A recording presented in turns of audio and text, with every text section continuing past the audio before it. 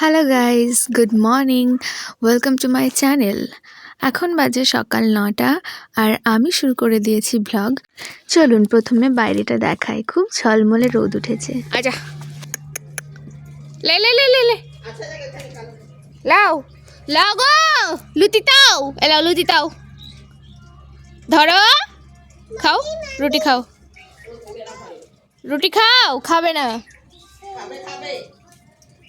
ले ले ले ले ले इधर ले খাই না আসে ले না। ले ले ले ले আসলে আমাদের বাড়ির পাশে ফাঁকা জায়গা আছে তো, তাই সেখানে গরু আসে, তাই আমরা তাদেরকে একটু রুটি খাওয়াই। প্রায়ই খাইয়ে থাকি, প্রত্যেক দিন খাওয়াই না।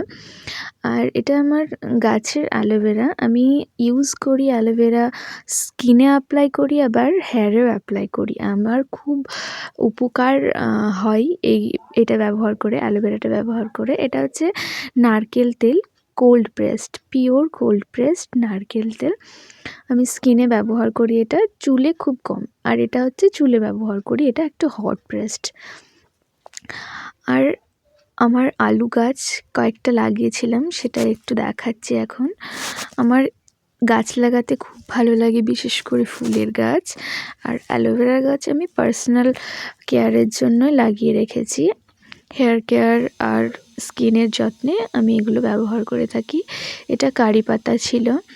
আর আচারগুলো খুব দেখতে তো খুব ভালো লাগছে। আর খুব আসলে আমি সেরকম যত্ন করার সময় পাই না, তাই এরকম খারাপ অবস্থা। আর এখানের মাটিগুলো খুবই বালি মাটি, ঝরঝরে, তাই আমার ভালো লাগে না। আর তারপর আমি রান্না শুরু করে দিয়েছিলাম। রান্নায় কি কি করেছি সেটা দেখাবো। আমি একটাই তরকারি করেছিলাম, বেশি কিছু করিনি। তার কারণ বাড়িতে সবজি আনা ছিল না, সেরকম স্টকে ছিল না। তাই এটা কি বলুন তো, এটাকে বাংলায় বলে ঘোল, আর আমরা এখানে এটাকে বলি ছাঁচ।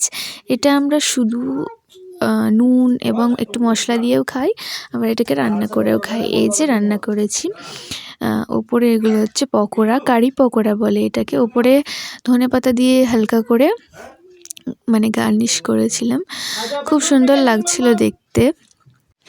এই ডিশটা কিন্তু বাঙালিরা খায় বলে আমার মনে হয় না। আমি জানি না যে কেউ খায় কি না, কিন্তু আমরা এখানেই খাই এটা। কোনো দিন বাঙালির মাছ ভাত ছাড়া এগুলো আমার মনে হয় না যে পাতে উঠে ভালো লাগবে।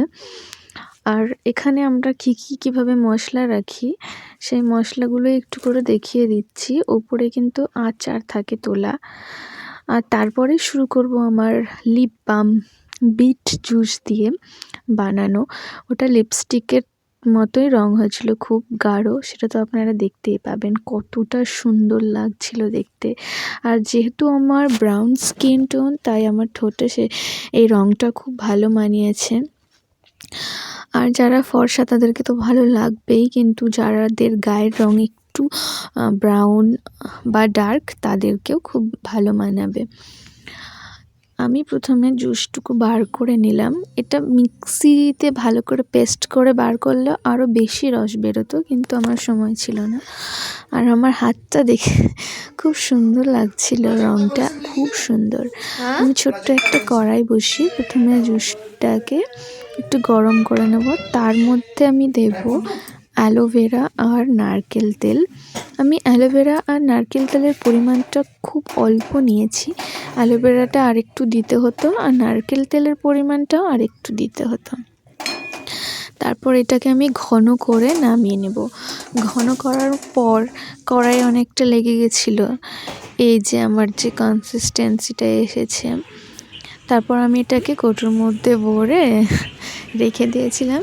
আর তারপরে অ্যাপ্লাই করছি, দেখুন কতটা সুন্দর লাগছে।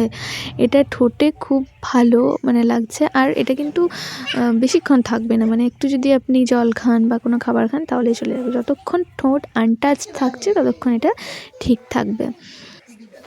ভালো লাগলে লাইক অ্যান্ড সাবস্ক্রাইব।